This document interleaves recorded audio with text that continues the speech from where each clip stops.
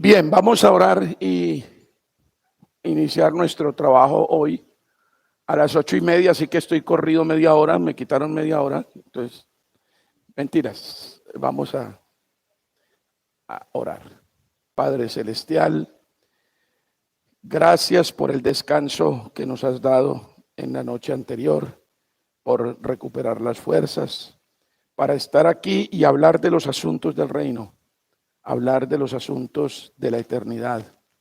Señor, que tu Santo Espíritu nos avive, nos prepare, nos hable, nos convenza y que ponga en nosotros la determinación de obedecerte, de ser diferentes, de ser antorchas en medio de una sociedad oscura, en tinieblas, que necesita de tu luz.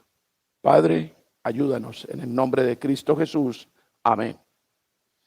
Bueno, hoy antes de ir al material de trabajo, hoy vamos a meditar un poco sobre un tema que quizás anoche lo tocamos así muy por encima, y es sobre la pureza sexual.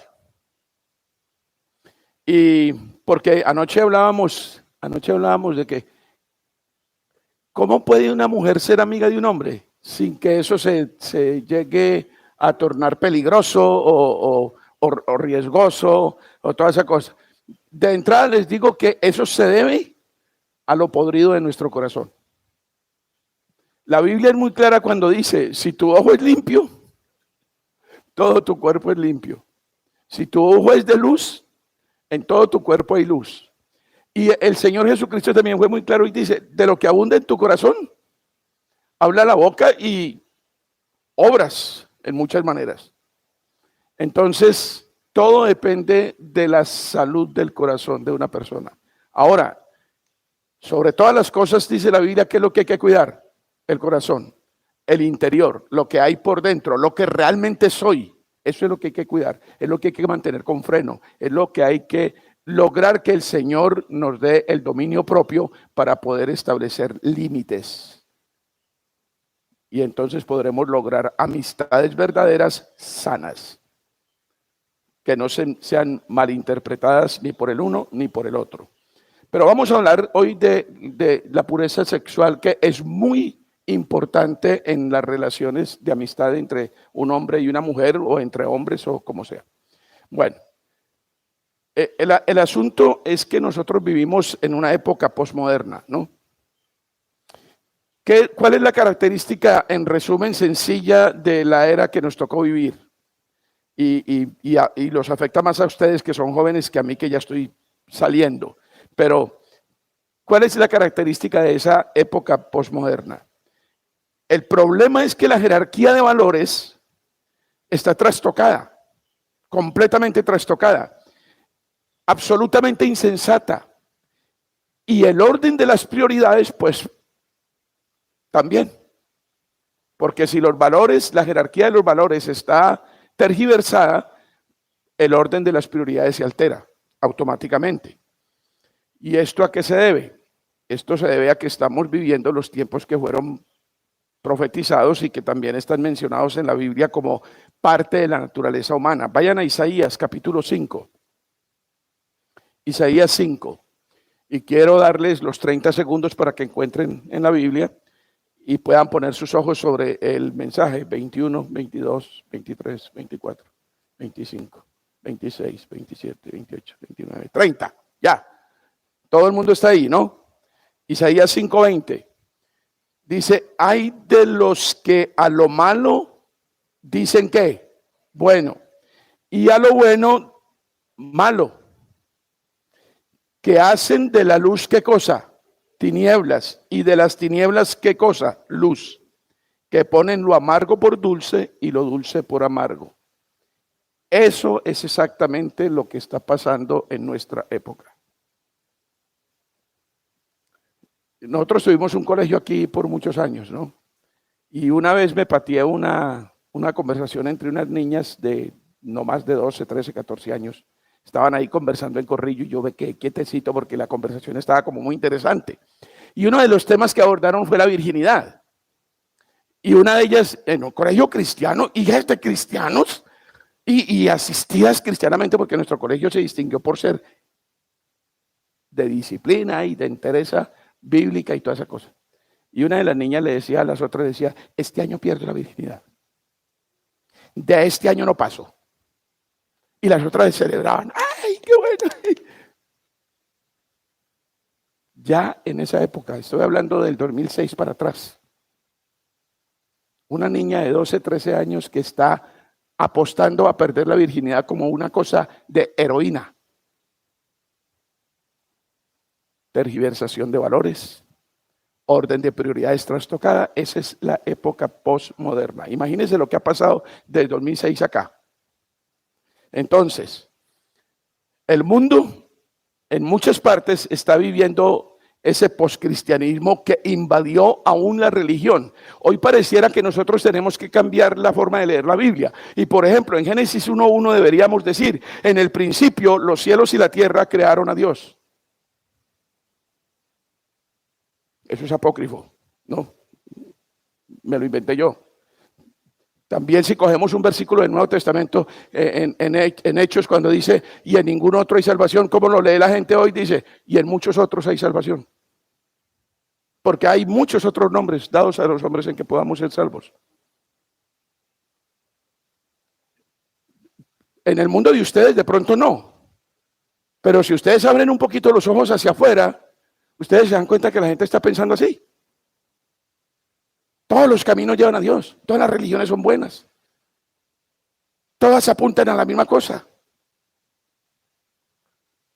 Y ese ambiente de posmodernismo, pues lógicamente que ha invadido también el ámbito del matrimonio, del sexo, de la relación, de la amistad y de otras cosas, ¿no es cierto? De este talante está la arrogancia de los seres humanos hoy en día. Yo diría que potencialmente mayor a la arrogancia de Eva en el Edén cuando admitió el testimonio de la serpiente y puso a Dios por mentiroso. ¿Tiene valor hoy día la pureza sexual? ¿La virginidad prematrimonial tiene valor?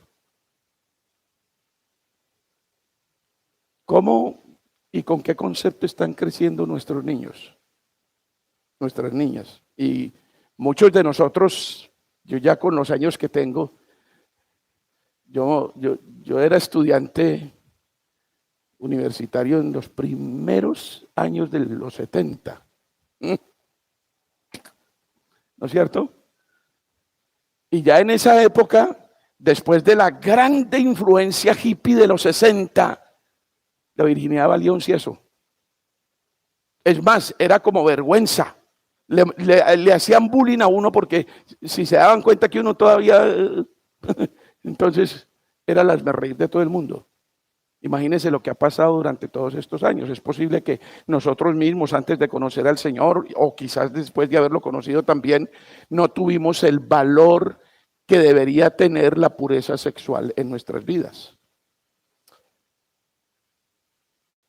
Si usted tiene mucha sed, o a usted le gusta por salud tomar mucha agua, y usted pide un vaso de agua y la persona que se lo sirve le dice, aquí está su agua, pero le advierto que esta agua es pura en un 90%, 99%, pero tiene agua de alcantarilla en un 1%. ¿Usted se la tomaría? Voy a esperar un poquito por mucha sed que tenga y voy a la tienda y compro una botellita de agua que yo sepa que es potable. Pero cuando hablamos de pureza sexual y cuando hablamos de rectitud sexual y cuando hablamos de una salud sexual, ¿qué hacemos? ¿Cómo la valoramos? Definitivamente esto tiene valor para Dios, y si tiene valor para Dios, tiene valor para nosotros. Vamos a Tito, capítulo 1, versículo 15. Tito 1:15.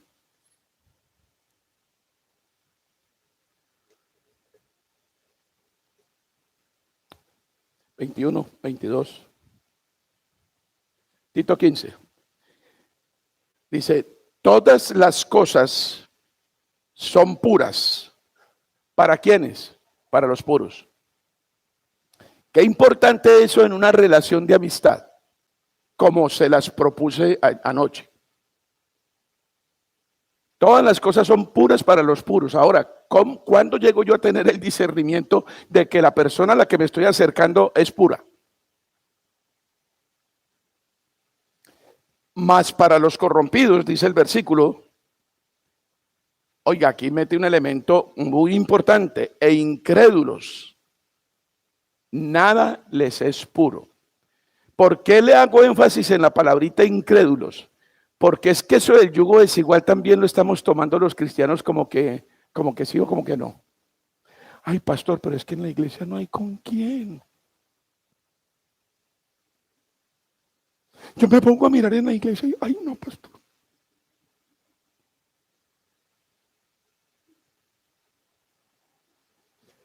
Los matrimonios que Dios me ha dado la oportunidad de bendecir en esta iglesia, que están creciendo en forma ejemplar y maravillosa, son aquellos que se encontraron aquí en esta iglesia.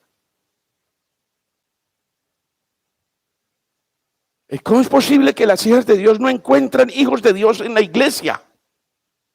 ¿Qué tipo de comunión tienen? ¿Cuál es el compañerismo que se ejerce? ¿Cómo es así? Si usted no es capaz de conocer la gente que se congrega con usted, que comparte con usted, ¿cómo es posible que puede decir que puede conocer a alguien en la universidad aunque no crea?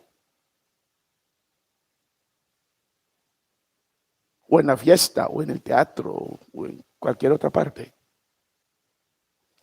Todas las cosas son puras para los puros, mas para los corrompidos e incrédulos, yugo desigual, ojo, nada les es puro.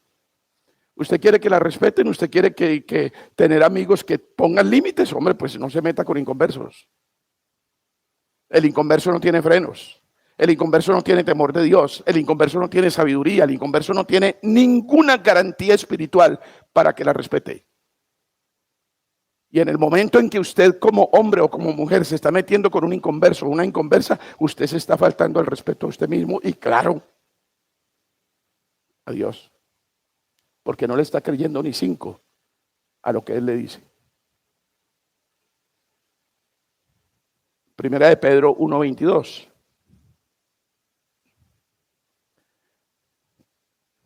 Primera de Pedro 1:22 nos dice, habiendo purificado vuestras almas por la obediencia a la verdad. Creyentes, oigan, habiendo purificado vuestras almas por la obediencia a la verdad, mediante el Espíritu.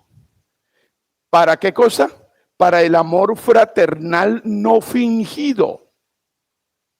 Anoche casi que me estaban tratando de decir que era imposible tener amistades sinceras, amorosas, cariñosas, íntimas, sin pensar en la connotación sexual. Aquí está diciendo lo contrario. Dice, ustedes que son creyentes ya fueron purificados en sus almas por la obediencia a la verdad mediante el Espíritu para el amor fraternal no fingido. Y da la orden, otra vez, amaos unos a otros. Y como dice, entrañablemente, ¿qué significa eso para usted? Pero termina diciendo, de corazón puro. Usted no puede fingir amor como varón a una mujer cristiana, como varón cristiano a una mujer cristiana. No puede fingirle amor entrañable en el sentido de que usted le finja que su amistad es pura. Si usted se acerca a una mujer que no es su esposa o no es su compromiso de matrimonio, debe tener límites, porque usted es puro. Y ella también. Y no se pertenecen. La Biblia es muy clara en 1 Corintios 6. Su cuerpo tampoco es suyo, es de Cristo. Pero hablar de pureza sexual hoy en día en nuestro medio es algo casi ridículo. Hoy en día los que buscamos algo de entretenimiento en Netflix, qué difícil encontrar una película que no tenga una connotación sucia. Algo puro, oíganme bien muchachos, algo puro es exclusivo. Y denle la importancia a esa palabra de hoy en día, porque hoy el mundo está diciendo que la verdadera humanidad es inclusiva. Todo lo que se le ocurra está bienvenido. Algo puro es exclusivo y no ha sido alterado en ninguna medida. Está libre de mezclas. Eso es el concepto de lo que es puro. Ustedes saben que al oro hay que purificarlo. Ustedes saben que a la plata hay que purificarla, hay que quitarle suciedades. Entre menos mezcla tenga, más puro es. Encontrar la pureza en el ser humano es escaso. De hecho, ni siquiera parece posible porque ni siquiera eso es valorado. Y la pregunta es, ¿estos estándares son negociables en la vida cristiana? ¿La pureza de vida es negociable? ¿Es algo que se puede considerar como opción?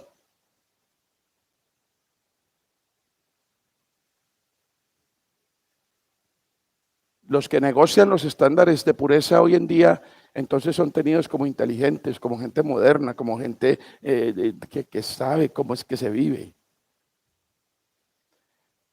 La pureza es un mandato, no es una sugerencia. Miren lo que dice en 1 Tesalonicenses 4:7, la pureza. Y la pureza tiene que ver con lo que usted ve, con lo que usted oye, con dónde se mezcla, con quién anda, cómo camina, cómo habla. 1 Tesalonicenses 4:7.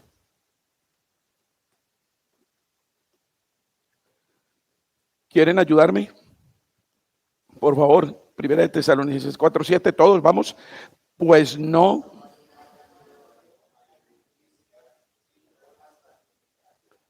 Oiga eso. Si lo quieren más clarito, vamos a la versión de la Biblia de las Américas. En la Biblia de las Américas el mismo versículo dice, porque Dios no nos ha llamado a impureza, sino a santificación.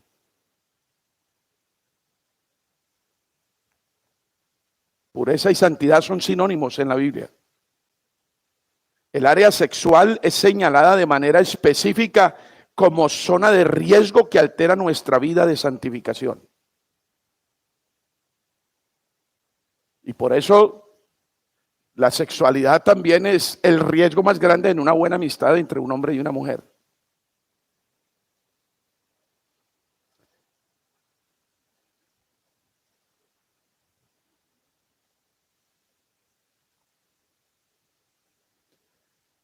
En 1 Tesalonicenses, capítulo 4, versículo 3. Estoy buscándole versículos sobre el tema porque esto es enfático en la Biblia, esto es de importancia para Dios. Dice, pues la voluntad de Dios es vuestra, ¿qué? Santificación. Y ¿no les parece que es como muy preciso y muy puntual que termine el versículo diciendo que os apartéis de qué? De fornicación. Ahora, ¿qué es la fornicación? Así rápidamente, sencillamente, sin mucho perendengue. Fornicar es acto sexual sin compromisos. Pasamos sabroso, usted se va para su casa y yo me voy para la mía. Eso es fornicación. Relaciones sexuales fortuitas, de momento, ocasionales, porque nos pasamos de tragos, porque estuvimos muy junticos en la discoteca, porque pasamos una noche de rumba muy agradable, por cualquier cosa, o simplemente porque nos encontramos solos en tal parte. Pero usted se va para su casa y yo me voy para la mía, no hay compromiso, no hay ninguna obligación de ninguna clase. Bien, entonces dice aquí que la voluntad de Dios es vuestra santificación y dice que os apartéis de fornicación. Muy puntual el asunto. En la Biblia de las Américas dice, porque esta es la voluntad de Dios, vuestra santificación, es decir, que os abstengáis de inmoralidad sexual.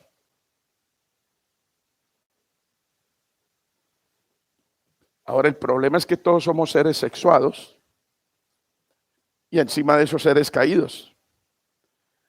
Ah, bueno, pero ya somos creyentes, pastor. Sí, somos creyentes, pero no hay nada bueno aquí. Este cuerpo está esperando todavía la redención. Esto se tiene que destruir. Cuando usted esté en un cajón y lo estén velando allá con 4 velas o sin velas o con muchas flores, ahí ya hablamos de otra cosa. Pero mientras no pase eso, usted tiene que estar convencida y convencido de que en esa carne no hay nada bueno. Y que usted se puede poner en riesgo en cualquier momento. ¿Y qué es lo que tiene que hacer un varón de Dios o qué es lo que tiene que hacer una mujer de Dios? Pues evitar los riesgos. Evitar los riesgos. Pelear hasta la sangre contra el pecado. Ahora, eso es fácil predicarlo, ¿no?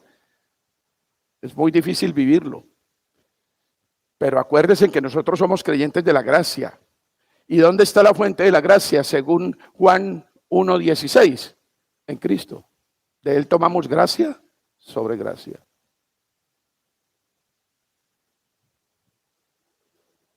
Yo les conté anoche que yo estuve estudiando para cura y a veces me pongo a pensar, muchas veces se dice, qué bueno tener un ministerio entre curas. Y lo he intentado. Empecé con mis compañeros. Pero qué ministerio tan difícil. Oiga, qué difícil es hablar con un cura de las cosas de Dios. Solo uno me paró bolas. Solo uno. Y yo no sé si logré que entendiera el evangelio o no. Pero qué difícil. Yo les dije eso. Pero a veces me pongo a pensar, ¿cómo puede una persona decir que va a ser célibe toda su vida sin la gracia de Dios? Sin entender dónde está la fuente de la gracia, dónde está la fuente del poder para poderse mantener en eso. No es como la iglesia ortodoxa rusa, que la iglesia ortodoxa rusa dice, el que quiera ser obispo aquí tiene que ser célibe. El que no quiera ser célibe se queda de cura todo el tiempo y se casan ellos, ¿no? Pero aquí en la iglesia católica no hay opción, aquí es, usted tiene que ser célibe, o por lo menos aparentarlo. ¿Cómo se puede ser célibe en la vida sin el don? ¿Cómo se puede ser célibe sin la gracia de Dios, sin comprender dónde está la fuente del poder para una vida pura? Entonces todos somos seres sexuados por diseño divino. El sexo es una bendición de Dios, pero Dios también le puso reglas. Yo no sé si ustedes han considerado alguna vez por qué el Señor dijo, por esto dejará el hombre a su padre y a su madre, se unirá a su mujer y entonces serán una sola carne. Yo no sé si ustedes le habrán dado importancia al orden de esas cositas. Porque en la mayoría de los casos, primero nos unimos. Y muy tarde en la vida dejamos a padre y madre. Es más, hoy en día hay muchos que aspiran a que el papá le abra el apartamentico ahí cerquita de la casa y que no le cobre arrendo y hasta que le pague los servicios y que le facilite la forma de cómo es que se va a casar. ¿Eso qué es? Eso desdibuja todo lo que es el diseño de Dios para el matrimonio. Y hay que seguir ese orden. Deje a padre y madre, rompa el cordón umbilical, deje su familia y forme una nueva, completamente diferente. Por eso el incesto en la Biblia es pecado, porque la familia que usted funde con otro tiene que ser una familia completamente diferente a la que usted tiene.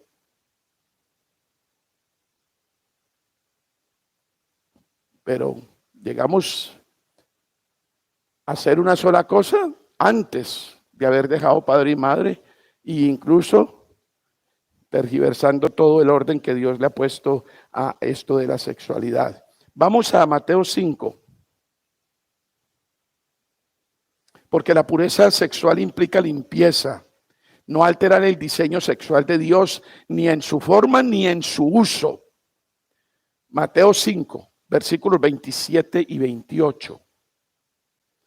Ustedes conocen ese pasaje de sobra. Miren lo delicado y lo importante que es la pureza.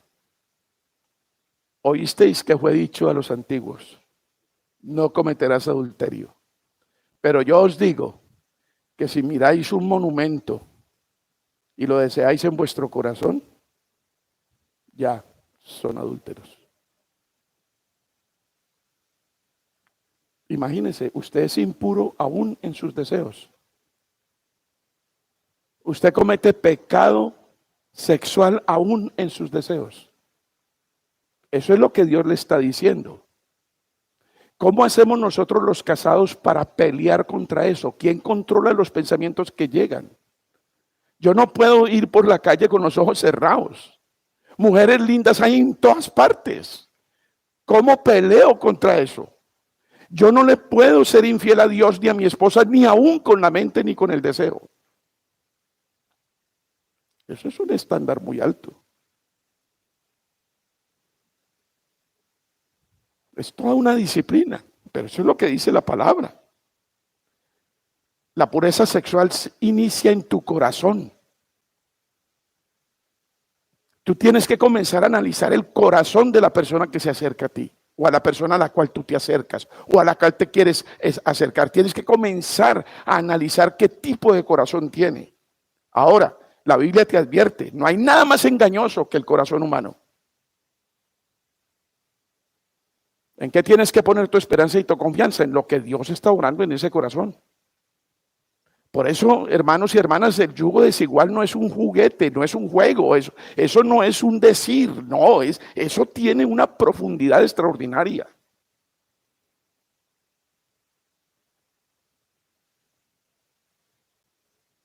Salmo 24, versículos 3 y 4.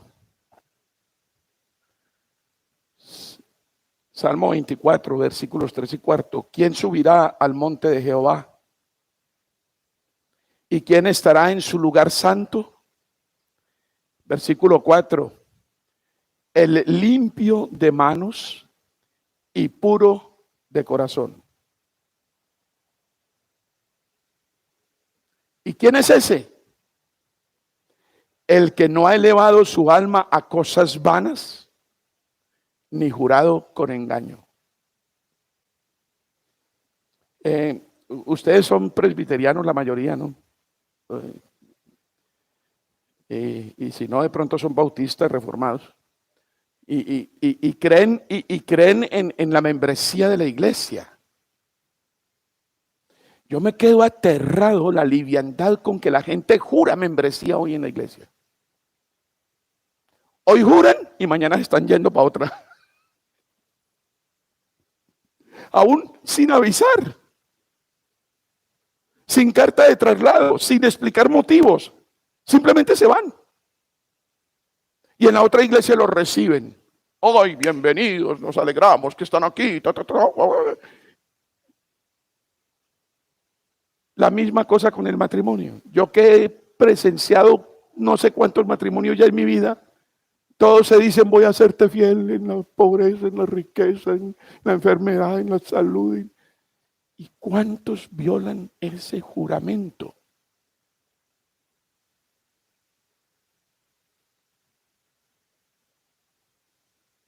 La pureza empieza en nuestro corazón, pero mire cómo toda la ley moral de Dios se va conjugando en un solo hecho. Por eso la Biblia dice que el que viola uno de los mandamientos violó toda la ley. El que transgrede uno solo de los mandamientos transgrede toda la ley. Eso es una cadena, no se puede romper. El que no ha elevado su alma a cosas vanas, ni jurado con engaño.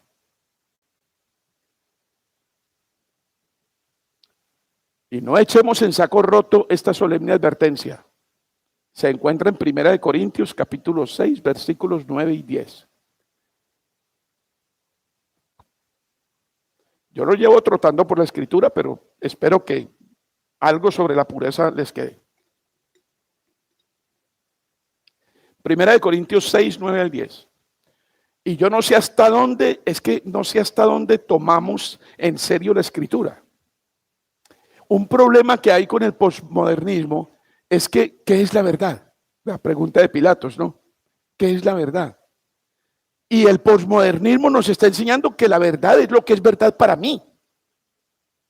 O sea, yo fabrico la verdad. ¿Se acuerda que yo les tergiversé los versículos al principio? Lo que es verdad objetiva, lo que es verdad de Dios no es verdad para mí, la verdad es mía. Entonces yo actúo en consecuencia. Pero ¿cuál es la advertencia que hay aquí? 1 Corintios 6, 9 y 10. ¿No sabéis que los injustos no heredarán el reino de Dios? Ahora, cuando la Biblia en el Nuevo Testamento habla de injusticia o en el Antiguo, está hablando de pecado. No erréis. Oigan bien cómo habla de puntual la Biblia. No erréis. Ni los fornicarios en primer lugar. Primer lugar. Ni los fornicarios, ni los idólatras, ni los adúlteros, ni los afeminados, ni los que se echan con varones, ni los ladrones, ni los avaros, ni los borrachos, ni los maldicientes, ni los estafadores heredarán ¿qué? El reino de Dios. Yo no creo que sea equivocado que pusieron la fornicación de primera.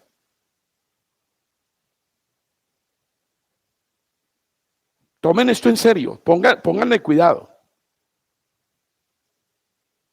Porque es imposible que alguien que practique la fornicación y que alguien que practique la impureza sexual aspire a tener un buen matrimonio. O aspire a solicitar que su soltería culmine bien. O que está diciendo que está administrando bien la soltería. El sexo creado por Dios lleva a una intimidad mucho más lejos del aspecto meramente físico, y aquí es donde mucha gente no ha querido detenerse. El acto sexual entre un hombre y una mujer, conforme al diseño de Dios, es más divino que humano, es más espiritual que físico. Hay que mirarlo en esa dimensión, y por eso aún la relación suya íntima tiene reglas. Yo no sé si les voy a decir que estoy exagerando, que ustedes van a pensar que estoy exagerando, pero los que hemos sido casados aquí o los que somos casados aquí, lástima que Nico se fue, yo no sé si se arrodillan al pie de su cama antes de tener intimidad y piden la bendición de Dios. De ese talante debe ser mi pureza en el matrimonio.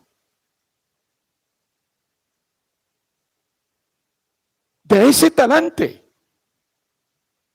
¿Por qué tengo que pensar que el sexo está muy lejos de Dios? Muy lejos de la comunión con Dios. Que es una cosa que Dios ni siquiera quiere poner en su interés. Hombre, Él lo creó. Él lo puso, Él nos hizo seres sexuados.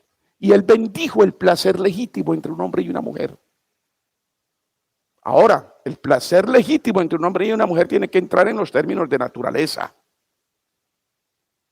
No vayan al matrimonio, no vayan pensando que en el matrimonio todo es permitido y todo es lícito. Un momento, cuidado. Todo lo que sea natural es lícito. Lo que sea antinatural no es lícito en el matrimonio. Y tampoco se le pueden imponer al otro costumbres de sexo que no tiene o que no acepta. La sexualidad tiene que ser placentera, tiene que ser un factor de realización. No puede ser una imposición ni una carga ni algo que se vuelve asquiento. Es un placer y hay que vivirlo en toda la intensidad. Porque esto es la intimidad que Dios quiere que tengamos, una relación más allá de lo que nosotros podemos concebir humanamente íntimo. El Señor está diciendo, se convierten en una sola cosa. En una sola carne. Adán, cuando vio a Eva, dijo, uy, ¿qué me traes, Señor? Esto es carne de mi carne y hueso de mi hueso. Dígame una cosa, si nosotros tuviéramos esta convicción de pureza sobre el matrimonio, ¿usted cree que habrían divorcios?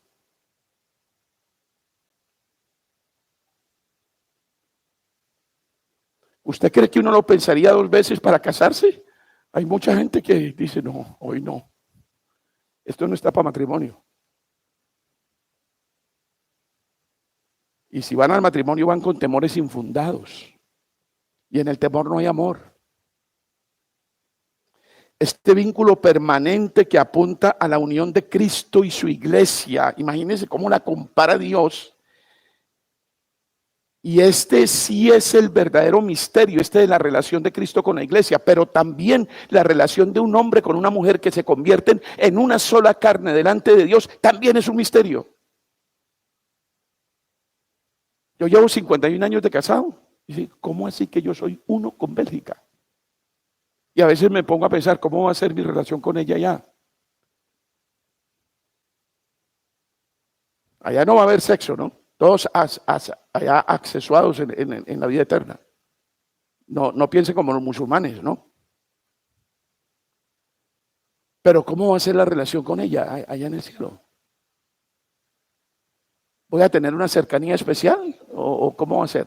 No sé, pero a veces pienso en esas cosas y a veces me imagino estas cosas, porque llevo 51 años con ella y no puedo concebir mi vida sin ella. Estoy temblando y yo digo, ¿qué pasaría si Bélgica se me muere? Y por eso cuando la hago llorar yo digo, ay, qué desgracia.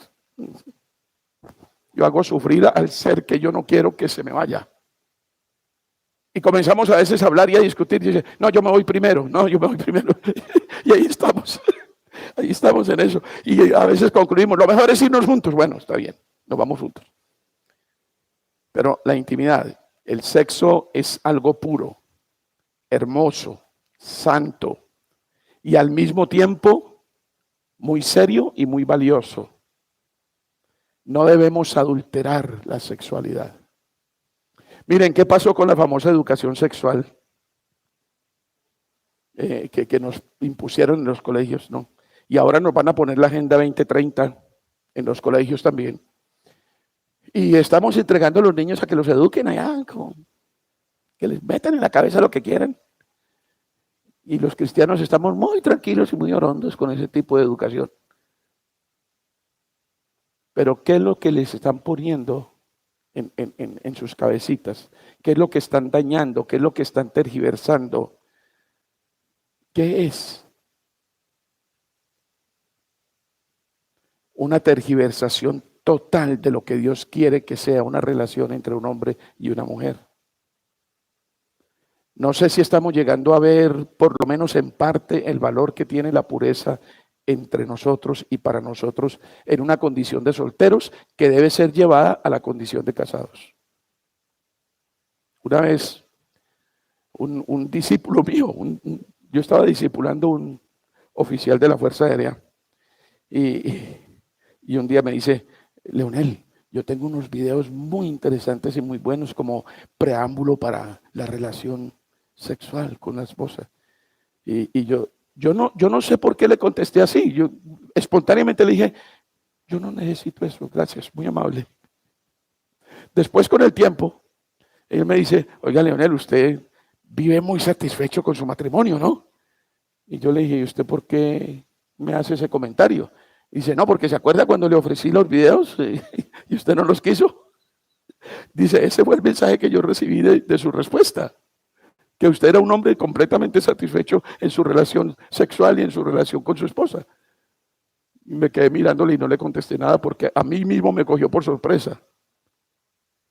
Hay personas que necesitan estimularse para la relación sexual con pornografía. Y hay esposos que llevan a la esposa al hábito de la pornografía antes de una relación sexual. No pueden entender que la pornografía es una cuestión de actuación, eso no es real, eso no es verdadero, eso es actuado. Es una mentira.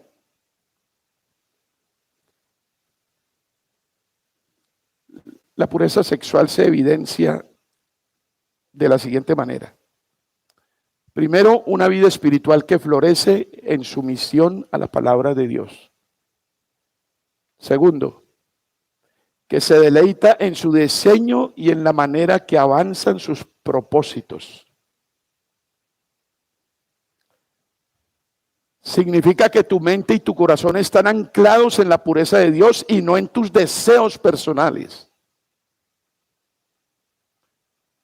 Esto te puede ayudar para saber quién te conviene para el matrimonio y para saber si tú estás listo o lista para abordarlo. La pureza sexual se manifiesta en todas las áreas de tu vida. Va desde los pensamientos y sentimientos hasta el comportamiento. Sería ridículo pedirles que pensaran un poquito en lo siguiente, en la manera como se visten. Y quiero llamar la atención muy especialmente a las damas. La modestia que se les pide o que la Biblia les aconseja no es en contra de ustedes, es en favor de ustedes. La manera en que abordamos ciertos temas de conversación, la manera como tratamos al sexo opuesto. Todo esto es la evidencia de cómo nos sentimos y pensamos en nuestro interior. La pureza es una cuestión interna de lo profundo de su ser. La inmoralidad sexual es todo lo opuesto y también surge desde el interior de su corazón. El llamado a la pureza es imprescindible, ya que muestra el carácter de Dios al que nosotros pertenecemos. Y pastor, ¿qué hacemos con todo el asedio que hay hoy con relación a este tema? Por todas partes estamos presionados.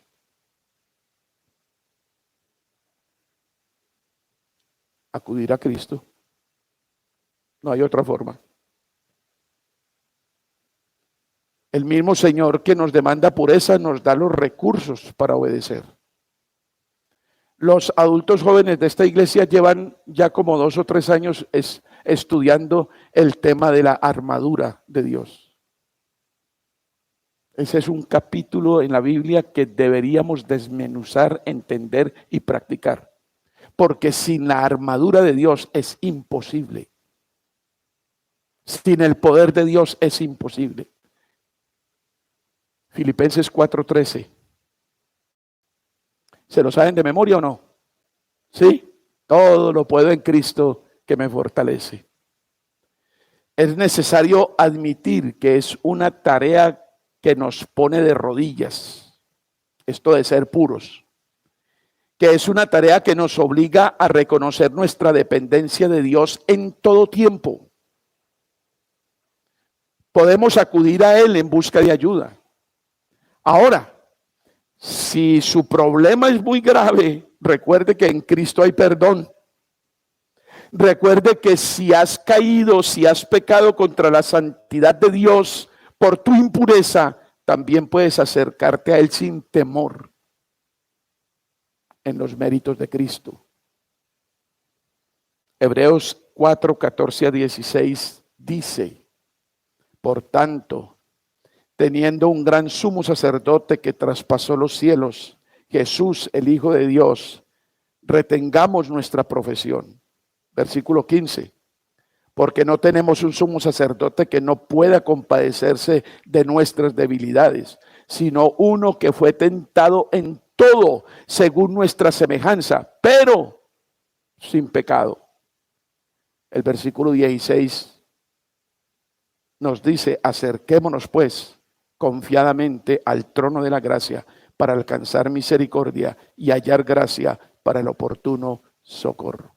A la final, todo esto termina siendo un problema de fe. ¿Qué es lo que crees? ¿Qué es lo que crees? Recuerda que estamos aquí con la misión de ser sal y luz. Recuerda que estamos aquí con la misión de alumbrar, de proclamar las virtudes de aquel que nos amó. Y eso tiene que empezar en su corazón. Eso tiene que empezar a ser sin fingimiento. Eso tiene que empezar a ser auténtico. Si no logramos ser auténticos, no lograremos ser puros. Si no logramos ser puros, no podremos tener relaciones de amistad sanas. Si no tenemos relaciones de amistad sanas, no aprenderemos a ser amigos en el matrimonio, como pareja. Y entonces tenemos una cantidad de parejas que son enemigos viviendo bajo el mismo techo y durmiendo en la misma cama, pero enemigos. Cristo, nuestro sumo sacerdote, sufrió en la cruz por nuestros pecados, para que tú y yo podamos vivir vidas puras que le glorifiquen a Él. Lo importante es que te arrepientas. Y el arrepentimiento, mis queridos hermanos, no son golpes de pecho, no son lágrimas de cocodrilo, no son lamentaciones, no. El arrepentimiento auténtico es la decisión de cambiar. de abandonar la práctica pecaminosa. Ese es el verdadero arrepentimiento. ¿Y cuál es la motivación para que yo cambie la práctica pecaminosa? La ofensa que hago a un Dios que es bueno, recto, justo, bondadoso, clemente, misericordioso, que dio su vida en la cruz para que yo viviera. Tu pasado no te define. Hermanos, no miren al pasado. Lo del pasado no te define. El pasado está sepultado en lo profundo de la mar. No más. Lo que importa es lo que Dios te está diciendo de ahora en adelante y lo que te está convenciendo hoy para que tomes como práctica en tu vida. Eso es lo importante. Dios tomó tu vaso con agua sucia en tu lugar. Él se tomó el agua podrida para que tú no tuvieras que tomártela. Dios te purificó. Dios te separó para un uso santo y así saciar tu sed de propósito. Quiero terminar esto con 2 Corintios 5:17. ¿Lo saben de memoria? ¿Sí o no? De modo que si alguno está en Cristo, nueva criatura es. Las cosas viejas que pasaron, aquí son hechas nuevas. En sus relaciones de amistad y en sus relaciones de noviazgo y en sus relaciones matrimoniales, ¿eso es una verdad o es una mentira?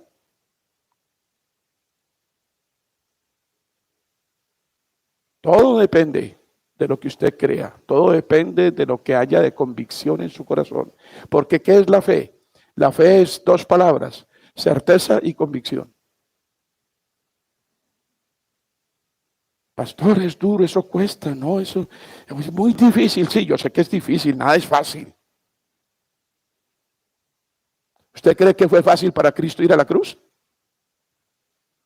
¿Usted cree que fue fácil para el Padre ver a su Hijo crucificado por pecadores, cargando pecados y él volteando la cara para otro lado para que lo maten? La redención no solo es del Hijo, la redención es del Padre, del Hijo y del Espíritu. Es la Trinidad sufriendo por ti, entregándose para que tú tengas vida. Y si no recuperamos la pureza sexual en medio de nosotros los cristianos y no alumbramos hacia el mundo en ese sentido, no hay esperanza. No hay esperanza. De modo que si alguno está en Cristo, nueva criatura es. Eso es verdad. Eres una nueva creación, naciste de nuevo, has sido regenerado. Las cosas viejas que pasaron, y aquí todas son hechas nuevas. ¿Qué vas a hacer de ahora en adelante? Ya eres responsable. En Cali, yo empecé la vida cristiana en una iglesia de la Unión Misionera que estaba en la carrera octava, en esa época. Creo que ahora está en Paso Ancho, en la carrera octava. Como aquí está lleno de caleños, pues ellos saben de qué estoy hablando. En esa época era una iglesia, no de 5 puntos, pero era una iglesia de la llamada sana doctrina. Ahí empecé mi vida cristiana. En Cali, en la carrera octava. Y desde muy temprano comencé a pensar, bueno, ¿qué significa que soy nuevo? ¿Qué significa que las cosas viejas pasaron? ¿Qué significa que soy una nueva creación? ¿Qué? Pasaron 3 años en Cali. Y un día estábamos Bélgica y yo peleando de tal manera en la hora del almuerzo. Y yo estaba así prevenido. Yo dije, a la hora que Bélgica tome el plato, yo me agacho porque me lo va a mandar. Y estábamos enardecidos. Y escúcheme en esto. De un momento a otro, los dos, automáticamente, en el mismo instante, paramos. Y los dos pronunciamos la misma frase. ¿Qué estamos haciendo? Esto no es cristianismo. Esto no es vida nueva. Esto está peor que antes. Y comenzamos a examinar nuestra vida en ese momento. Y luego por la noche volvimos otra vez a tomar el tema y los días siguientes. Bueno, rápidamente para contarle la historia rápida. ¿Qué descubrimos? No orábamos juntos. No estudiábamos la Biblia juntos, no diezmábamos. Llevábamos 3 años de creyentes y no habíamos abierto la boca para contarle a nadie el evangelio. Y una lista de cosas, ¿no? Y enseguida dijimos, Señor, perdónanos, esto tiene que cambiar. ¿Sabe dónde resultamos después de eso? En el Baupés, entre los indígenas cubeos, en una tribu 9 horas de Mitú por el río Cuyarí. Y Dios trató allá con nosotros. Dios nos dio tiempo de ser familia, de estar unidos, de vernos 24 horas, 7 días juntos, enfrentando los temores, los logros, las angustias, los momentos de afugia, los momentos de gozo, de ver la provisión de Dios, el cuidado de Dios. Eso para nosotros fue el tiempo más precioso de toda nuestra vida. Eso fue lo que nos dio visión, eso fue lo que nos dio amor y pasión por las almas, eso fue lo que nos llamó al ministerio. Dios no nos llevó al Baupés para ser misioneros como nosotros pensábamos. Dios nos llevó al Baupés para tratar con nosotros, para fortalecer el matrimonio, para fortalecer la relación, para hacernos una familia con visión de servicio. No vale la pena casarnos para seguir viviendo peor que antes de nuestra vida cristiana. Debemos llegar al matrimonio para ser antorchas que alumbran a una pobre humanidad que está sumida en las peores tinieblas de la historia. Y entonces necesitamos experimentar y necesitamos comprobar que la voluntad de Dios para nosotros es agradable y perfecta. No podemos pensar que la voluntad de Dios para nosotros es una carga terrible que no podemos soportar. La voluntad de Dios es agradable y perfecta para usted, para mí, para todos los que creen. ¿Y qué es ese resultado? Es el resultado de que su mente ha sido transformada por la obra del Espíritu Santo. Y usted ya no piensa como piensa el mundo. Si sigue pensando como piensa el mundo, usted seguirá siendo esclava de sus propias pasiones y de sus defectos y pecados. Bueno, hasta aquí llegamos. Vamos a tener unos 2 minuticos para ir a tomar tinto, para estirar las piernas y luego venimos para desarrollar el material que tenemos que desarrollar. ¿Ustedes pensaron que habíamos acabado? No, hasta aquí llegamos. Que Dios me las bendiga y me los bendiga.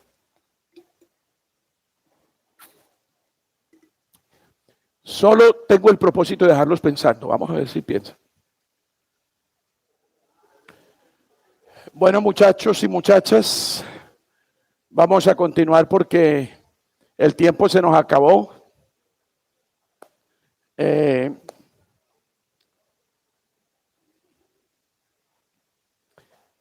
Como nos corrimos media horita para empezar, me voy a correr 1/4 de hora para terminar. Les voy a cobrar solo 15 minutos, ¿ok?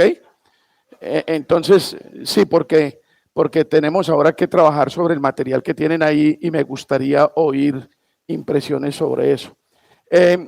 Yo noté que un grupo estaba muy interesado en el asunto del vestido de las mujeres y vi que eso se convirtió ya en debate y estaban muy atentos y toda cosa y participando mucho.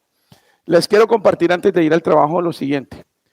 Cuando yo empecé en la plantación de esta iglesia, nosotros llegamos a tener 300 asistentes, 300 y pico. Estábamos en otro lado. Y aquí en Villado, pues las mujeres estaba en esa época de moda el straple, ¿no? Y hay straples de straples, ¿no? Entonces se me acerca una señora y me dice, pastor, desde el púlpito usted exhorte a todas esas viejas que se vistan bien. ¿Están grabando esto?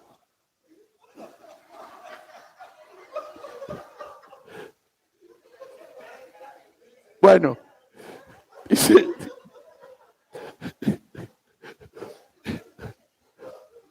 ese es un caso, ¿no? El otro caso es que me llegó una señora, una mujer de esas que impresionan solo cuando entran, ¿no? porque operada, rubia, alta, apenas llega, ¡pum! No, todo el mundo. Se me acerca otra señora y me dice, pastor, si usted no le dice a esa mujer que se vaya de la iglesia, yo me voy. Y dije yo, ¿y por qué te vas? Y dijo, porque mi esposo no cierra la boca mirando eso. Y le dije yo, qué pena, hermana, le va a tocar irse porque esta es una iglesia para pecadores. Y si Dios está tratando con ella, y les cuento una cosa, esa mujer restauró su vida completamente. Volvió a su hogar, la arregló con su esposo, viven ahora en Miami y está, Miami. Bueno, entonces, para decirles una cosa, yo a la primera señora le dije yo, mire, si el Espíritu Santo no los convence con la palabra y la predicación de que las mujeres deben ser modestas en su forma de vestir, yo no voy a echar cantaleta en el púlpito por eso. Yo no voy a imponer esas cosas.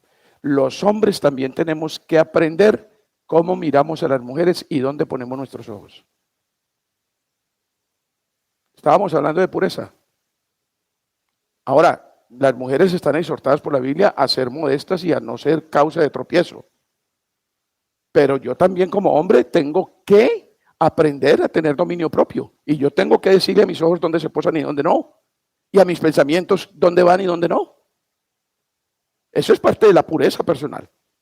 Entonces Dios tiene que obrar en una iglesia tanto en los hombres como en las mujeres. Los hombres para que sepan dominarse y las mujeres para que sepan presentarse elegantes, bellas, pero decorosas. Ser decorosas no significa renunciar a la belleza. No, ustedes fueron hechas para ser atractivas. Y síganlo siendo, pero sean decorosas. Honren al Señor en eso. Bien, ahora sí vamos al trabajo. Y todo tiene que ser convicción del Espíritu Santo, no convicción de hombres. Entonces, ahí tienen el material que dice casados, solteros. Entonces, por favor, trabajen en las mesas, comiencen a leer, comiencen a desarrollar y vamos a ver hasta dónde podemos llegar. Vamos a trabajar hasta las 10:15, a las 10:05 más o menos, o antes los voy a interrumpir para oír las impresiones de ustedes sobre eso. Por favor, discutan entre ustedes, si quieren unirse 2, 3 mesas, yo no sé cómo, pero háganlo en grupo, por favor, en grupo. ¿Sí? Lean, piensen, no necesariamente tienen que escribir, si quieren escribir, escriben, si no quieren escribir, no escriben, pero por favor, comiencen a trabajar. Ya. Parece que el material está interesante, ¿no? ¿Les parece si en el otro ciclo continuamos leyendo y discutiendo el material para terminarlo? ¿Sí les parece? Ok, muy bien. Entonces, vamos a ir hasta las 10:15. No terminé todavía. Vamos a ir hasta las 10:15. A las 10:15 hacemos el break y después cuando volvamos continuamos con el material. Ok, pero terminen por favor, denme otros minuticos y ya. Muchachos, los felicito por la aplicación al material, por lo que han hecho. En estos momentos quedan en break para que tomen un refrigerio que está exquisito, sabroso. Por favor,